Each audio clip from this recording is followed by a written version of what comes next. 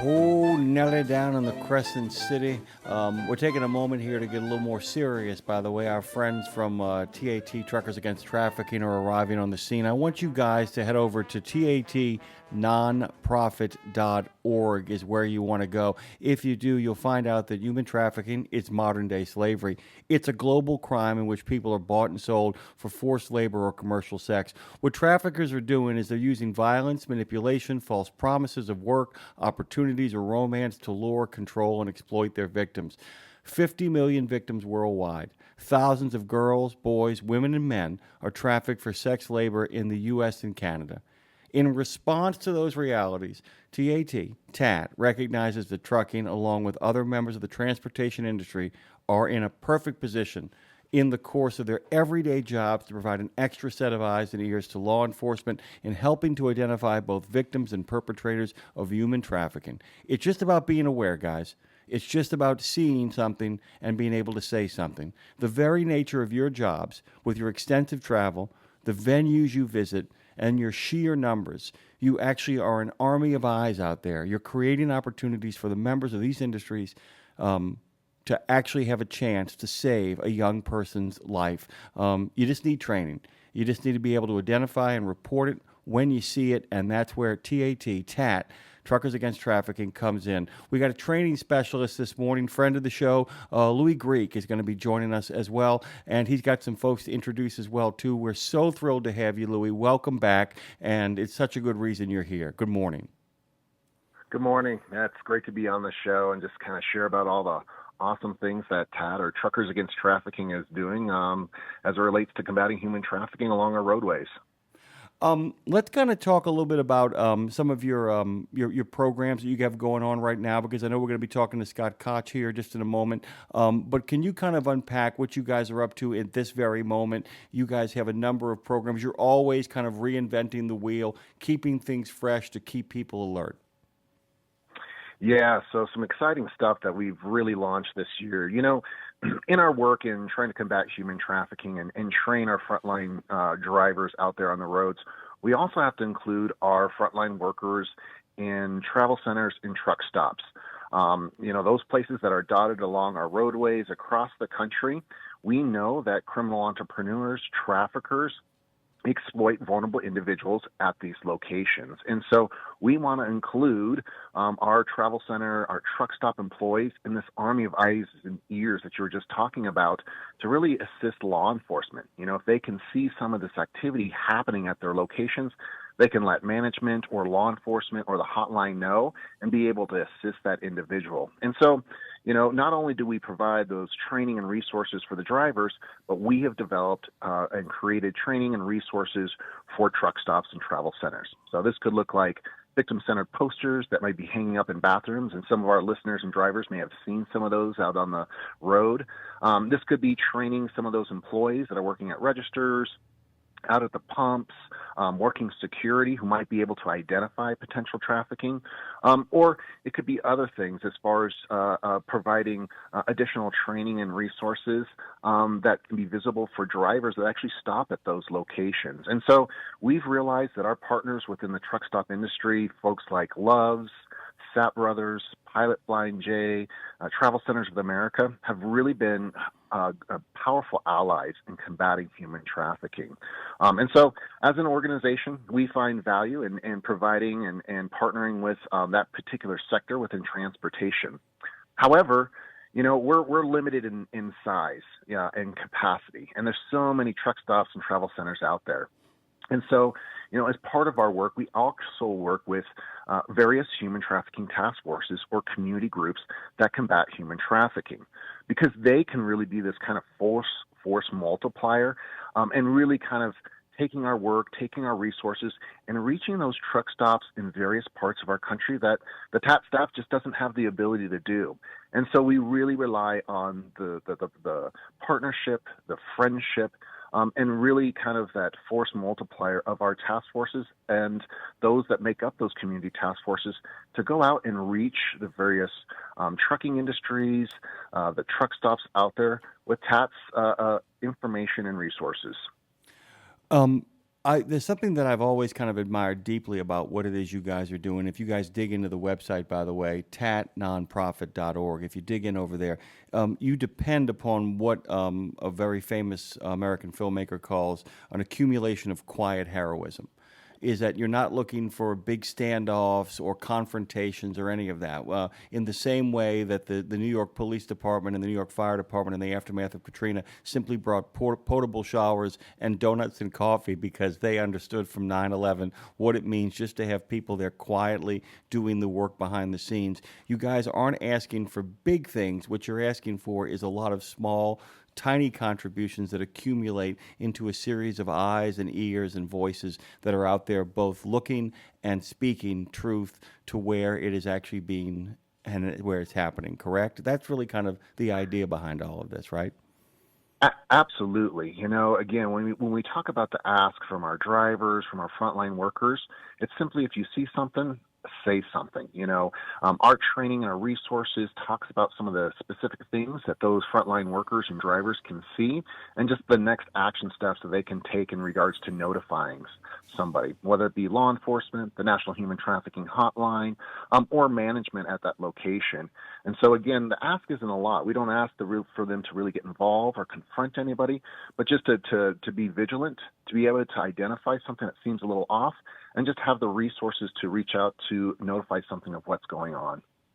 You've brought a friend today to the show because and it's funny because we were just talking about this with Dennis Welch, the idea that you're only as good as your partners, that when we find the people that we want to work with in life, we are present with them in the moment and we continue to work with them because they see us for what we are and we see them for who they are.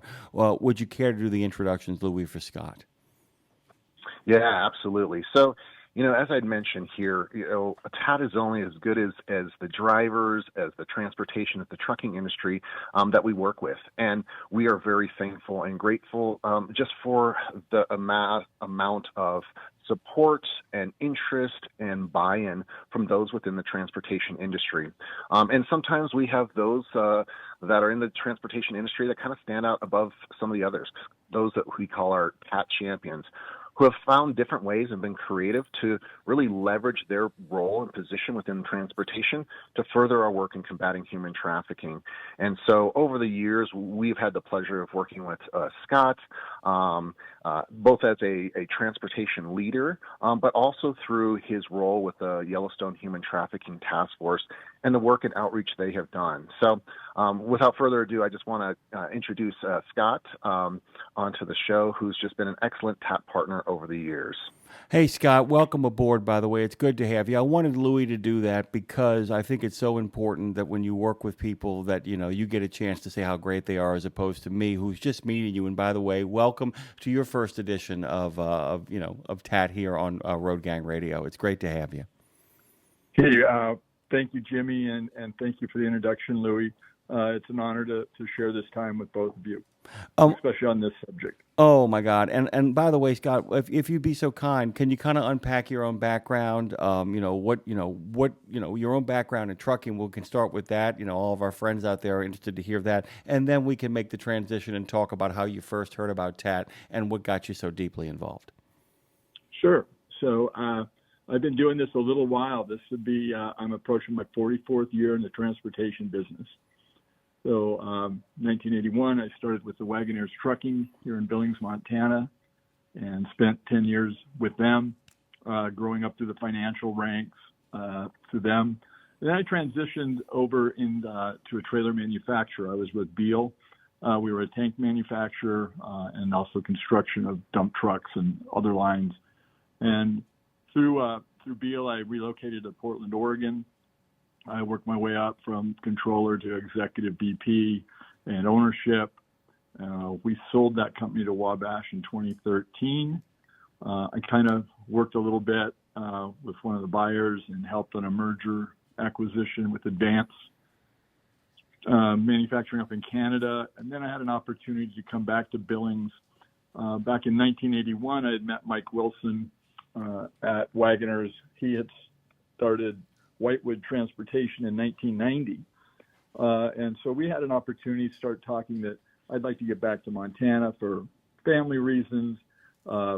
we've always talked about being together and doing something together, and everything aligned that I was able to come back on. I thought it'd maybe be a 5-year gig before my retirement, and now we're coming up on 9 years and rolling into 10.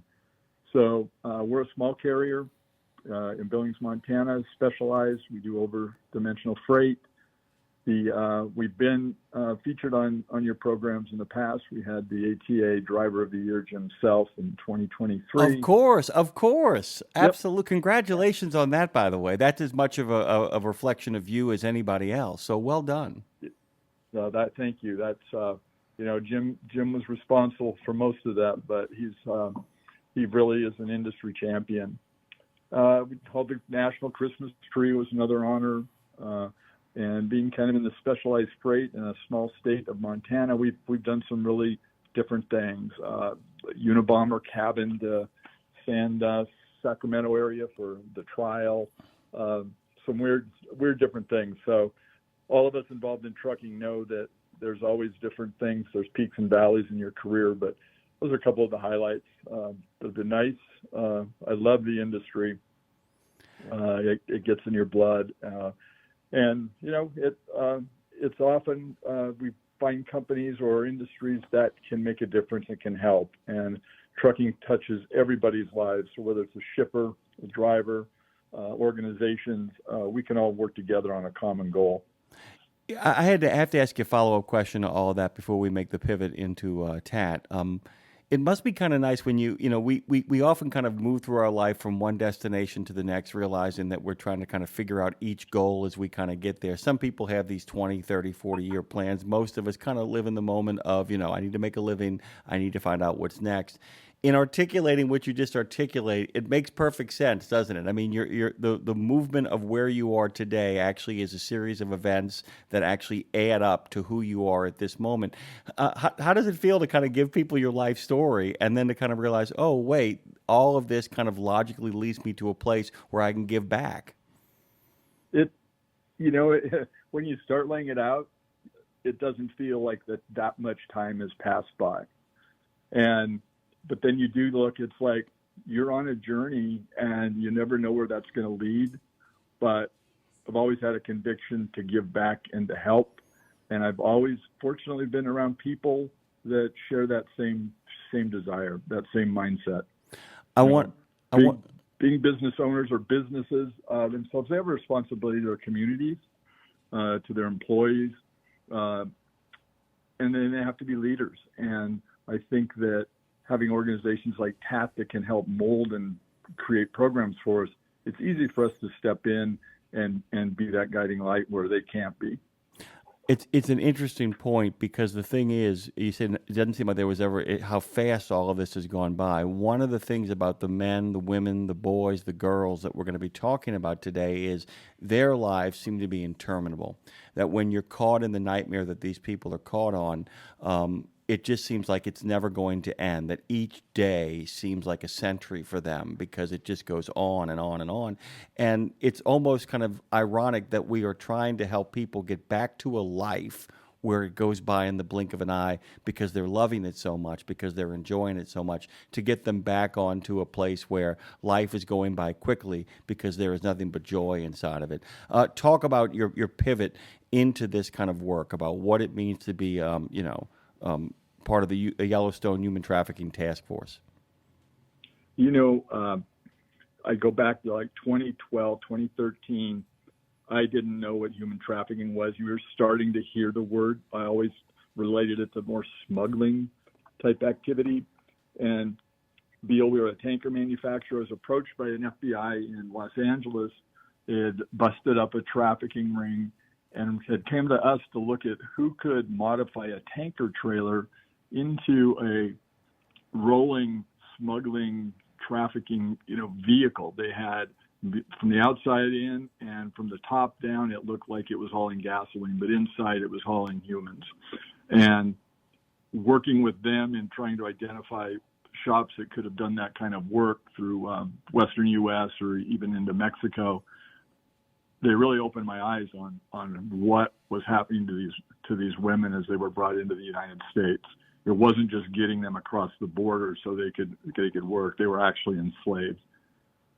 So time passes by, and in 2016, I went to a motor carrier, Montana Trucking Association event that TAT was at. And I wasn't expecting my life really to change much, but I met a survivor. And between her presentation and a conversation afterwards, I said, I have to be involved. This is an area that's affecting my hometown where I was born and raised. What can I do to help make a difference? And then I was fortunate enough that Kyla Lanier from TAT took the time on her next trip to Billings to meet me personally, have dinner, and discuss what we can do. At that time, she had another survivor with her. And I said, hey, I'm committed. Tell me how I can help. Tell me how I can help financially. And we just kind of laid out a plan. And she had introduced or recommended I contact the Yellowstone Human Trafficking Task Force. They were in the beginning stages of defining what their mission was. So in 2017, I joined the task force. We weren't even a nonprofit yet. And I became chair of the Awareness and Community Prevention and Awareness Committee. And we started with TAT doing public events. So that was kind of the pivot point. It was probably from the survivor victim side that got me excited. You know, I'd served on boards before, I had done things, but I felt I could be boots on the ground and I could work with the people affected and see the change we could bring to their lives. You had mentioned, and so has Louie. You both have mentioned the idea that it's not just drivers; that there's an interconnectedness to all of this stuff. And two things occur to me.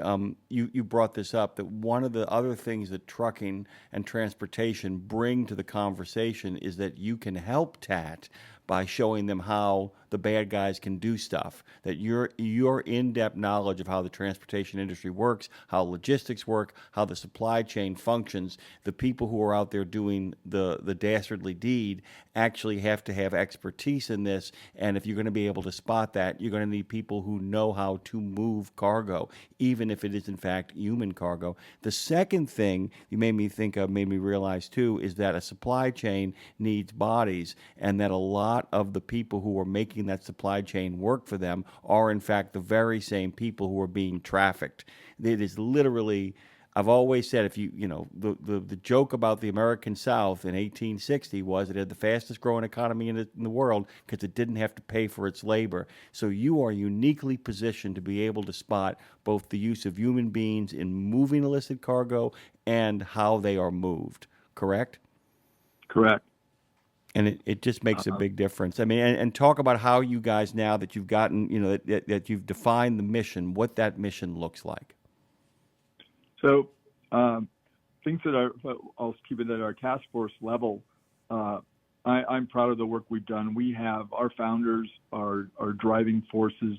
Our task force has really divided into like almost 4 unique divisions, where we have a legislative arm, we have a law enforcement arm, victim services, and then community prevention and awareness.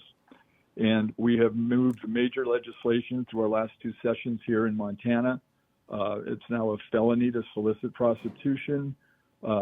We've increased the time if you're caught trafficking a minor, it's a 100-year minimum sentence. So we're some of the first states to really bring better wording to trafficking, because it's very hard to convict on force and coercion. So we've been able to introduce language that helps get convictions. Then the John's Law, as far as you want to solicit prostitution and take advantage of these women or men that are enslaved, you're going to be charged with a felony. It's just not an embarrassment misdemeanor anymore. Our task force also took on the massage business. When I came back to my hometown, I was shocked to see that 15 illicit massage parlors were listed on websites and reviews. And the thing that really got under my skin on those was the majority advertised truck parking. And I thought, why is that your focus on your marketing? Leave our industry alone. There's a lot just because you have some acreage doesn't mean it's for a trucker. So we were able to change city ordinances and some laws there that we've really shut down the illicit massage business in our area. We'd like to spread that a little more, but it's a tough fight, and you have to have committed people to that fight. And the other problem is, too, and I'm going to be really honest, I have a little bit of a background in law enforcement, that's a tough racket to fight because there are people in that fight on the other side who exist between both worlds and sometimes have people who exist clearly on the other side of the line who are fighting you tooth and nail for that. There's some things that are easy to go into combat against these guys on, and that's one of the toughest areas to kind of fight, and that's why developing good relationships with law enforcement and the legislative aspect of this is so important. I want to kind of go back through that really quickly, by the way, Scott, because that's really a great approach. You want to make sure that you have contacts in the state legislature. You want to make sure you have good relationships with law enforcement, and the other key component is making sure that the community is aware. So it is both a legal aspect, a relationship aspect, and a public awareness aspect, and you're trying to make all three of those things work simultaneously. That's really the mission of what you guys are doing, right? That's absolutely correct. And it takes all of those, otherwise it's a useless approach. So we've got to get convictions. We have to make it safer for everybody. We have to support the victim when the opportunity is there, and we also have to educate the community. A lot of people don't think that happens in their town, but it's happening everywhere. Really quickly, too, I want to point out the fact that each state, each community has its own geographical drawbacks, but it also has advantages in the sense that when we're dealing with big cities, large communities, impacted and condensed spaces, while we have more resources sometimes, we also have the ability of people to kind of what I call disappear into the maddening crowd. One of the opportunities that the great West of America presents is you guys have a lot of space in which you can see things moving to other places so that you have a much clearer view. It does present problems when you're wide open that people can get very far away, but do you find that you guys are uniquely positioned, given your openness, to kind of stop things en route, that you guys get a lot of pass-through? And I'm asking a genuine question. I'm not answering it for myself. But go ahead. We do get a lot of pass-through. Our FBI, in coordination with the Department of Justice, has run a lot of sting operations, phony websites, set up a date, and still with the work we've tried to do in the trucking, it's a lot of over-the-road truckers that have been arrested in those stings. I've helped both law enforcement, come to me and say, how do I talk like a trucker? If I'm going to go meet this guy at a way station, what are the words? What's an RGN mean, or what's a step that? Just some of the lingo, so they sound educated, they sound like another trucker.